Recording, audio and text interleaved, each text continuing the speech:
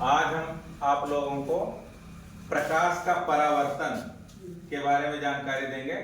प्रकाश का परावर्तन क्या है? तो इससे पहले भी हम बता चुके हैं आप लोगों को कि जब प्रकाश की किरणें किसी चमकदार या पॉलिशदार फर्श पर पड़ती हैं और पड़ने के बाद पुनः उसी माध्यम में वापस लौट जाती हैं, तो प्रकाश का अपने माध्यम से वापस लौटना प्रकाश का परावर्तन कहलाता है। ठीक है? मतलब जब प्रकाश की किरणें किसी चमकदार या पॉलिशदार फर्श पर पड़ेंगी, मतलब वो चमकता हो, खुरदरा ना हो, तभी प्रकाश का रिफ्लेक्शन होगा, मतलब तभी प्रकाश की किरणें वापस जाएंगी। जब प्रकाश की किरणें पड़ेंगी चमकदार फर्श पर, तो चमकदार फर्श पर जब पड़ती हैं तो उसका रिफ्लेक्शन होता है।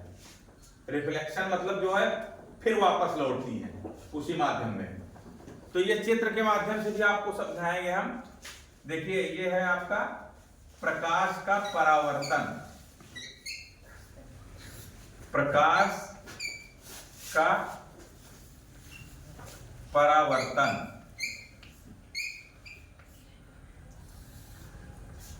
प्रकाश का परावर्तन है। अब मान लीजिए कि ये जो है ये हमारी एक चमकदार फर्श हो गई, पॉलिशदार चमकती हुई ये फर्श हो गई। अब देखिए हमारी ये किरणें जो है, प्रकाश की किरणें इस चमकदार फर्श पर पड़ रही हैं। ठीक है?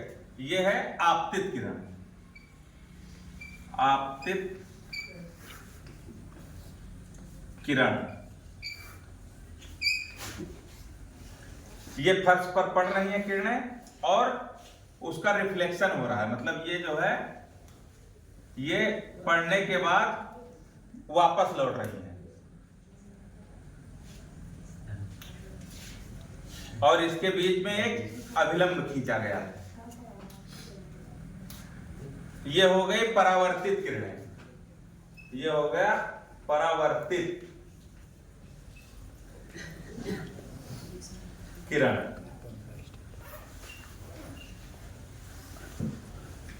ये हो गया आपतन बिंदु। आपतन बिंदु। और ये हो गया अभिलंब।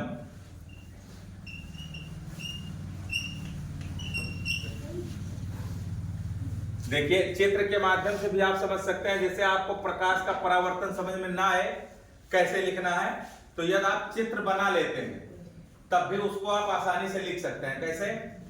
जैसे ये हो गया आपकी, ये फर्श हो गई, चमकदार फर्श। ठीक है? आपतन बिंदु जो है ये होता है बीच का भाग, ये आपतन बिंदु हो गया। तो देखिए, जब प्रकाश की किरणें, मतलब ये आपतित किरण है, ये परावर्तित है, ये अभिलंब है। सिर्फ ये पता चल जाए कि आपतित परावर्तित, तो ऐसे भी लिख सकते हो इसको कि जब प्रकाश की किरणें किसी चमकदार फर्श पर आपतित होती है। आपतित होना मतलब पड़ती हैं, आपतित होती हैं और आपतित होने के बाद परावर्तित हो जाती हैं, मतलब पढ़ने के बाद वापस लौट जाती है। वापस लौटना परावर्तित किरण कहलाता है। तो जब प्रकाश की किरणें किसी चमकदार फर्श पर आपतित होती हैं, आपतित होने के बाद परावर्तित हो जाती हैं, तो प्रकाश का किसी फर्श पर आपतित होना, आपतित होने के बाद परावर्तित हो जाना प्रकाश का परावर्तन कहलाता है। क्लियर? मतलब अगर ऐसे याद हो रहा है तो ठीक है ना, चित्र के माध्यम से याद कर लेना तब भी याद हो जाएगा। अब परावर्तन के नियम होते हैं। परावर्तन के जो है दो नियम होते हैं। ठीक है? तो कौन कौन सा है? तो इसी से एक नियम बना है तुम्हारा, मतलब कि जो है आपतित किरण और परावर्तित किरण के बीच खींचा गया अभिलंब परावर्तन का नियम कहलाता है। मतलब पहला नियम यह हो गया, आपतित किरण, परावर्तित किरण और खींचा गया लंब,